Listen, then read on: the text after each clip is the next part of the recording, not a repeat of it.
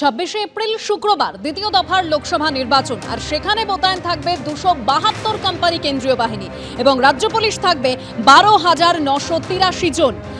দ্বিতীয় দফায় ভোট রয়েছে দার্জিলিং, রায়গঞ্জ এবং বালুরঘাটে। সেখানে কত স্পর্শকাতর বুথ, কত কেন্দ্রীয় বাহিনী মোতায়েন থাকবে, আরো বিস্তারিত জানবো আমাদের প্রতিনিধি রুমা পালের কাছ থেকে। রুমা, দেখো, দার্জিলিং এ মোট বুথের সংখ্যা 1999, তার মধ্যে 88 কোম্পানি ব্যবহার করা হচ্ছে এবং স্পর্শকাতর বুথের সংখ্যা 739, মানে 739টি বুথ, এবং ক্রিটিক্যাল হচ্ছে 866টি।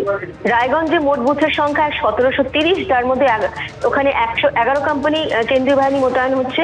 ক্রিটিক্যাল বুথ হচ্ছে 236 এবং স্পর্শকাতর 210টি বুথ। বালুরঘাটে মোট বুথ 1569 এবং সেক্ষেত্রে 73 কোম্পানি কেন্দ্রীয় বাহিনী থাকছে। ক্রিটিক্যাল থাকছে 263টি বুথ এবং স্পর্শকাতর 192টি, এবং ওয়েবকাস্টিং প্রত্যেকটা বুথেই হচ্ছে 5298টি বুথে হচ্ছে।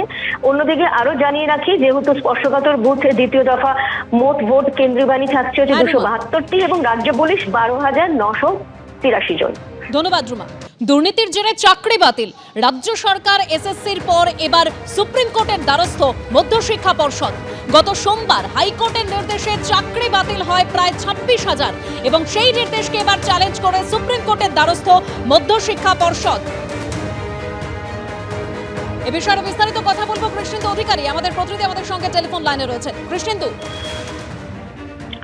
দেখো, আজকেই রাজ্য সরকারের তরফে সুপ্রিম কোর্টে আপিল করা হয়েছে। তারপরে স্কুল সার্ভিস কমিশন যারা নিয়োগের সুপারিশ দেয়, সেই সুপারিশপত্র যেগুলো বাতিল করে দেওয়া হয়েছে, নিয়োগপত্র বাতিল করে দেওয়া হয়েছে, সেই স্কুল সার্ভিস কমিশনেও সুপ্রিম কোর্টে আপিল করেছে। এবং স্কুল সার্ভিস কমিশনের পর মধ্যশিক্ষা পর্ষদ, যে 2016 সালের নিয়োগ প্রক্রিয়ায় 25,753 জনের চাকরি বাতিল হয়েছে, তার সবকটি নিয়োগপত্র মধ্যশিক্ষা পর্ষদ দিয়েছিল, সেই মধ্যশিক্ষা পর্ষদও এবার শেষমেশ সুপ্রিম কোর্টের দ্বারস্থ হলো।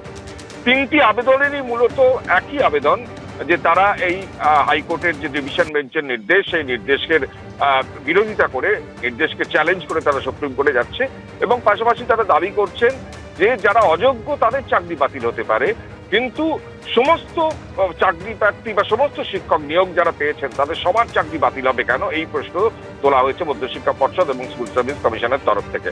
এমনকি স্কুল সার্ভিস কমিশন থেকে এটাও দাবি করা হচ্ছে, সিবিআই এবং তাদের যৌথভাবে প্রাপ্ত যে তালিকা, সেই তালিকা কোর্টে জমা দেওয়ার পরেও কেন তারা দাবি করছে যে সব চাকরি বাতিল করে দেওয়া হলো। তুমি জানো যে 25,753 জনের সমস্ত নিয়োগপত্রই বাতিল করা হয়েছে এবং লোকসভা নির্বাচন শেষ হওয়ার 15 দিনের মধ্যে নতুন করে নিয়োগ প্রক্রিয়া শুরু করতে বলেছে।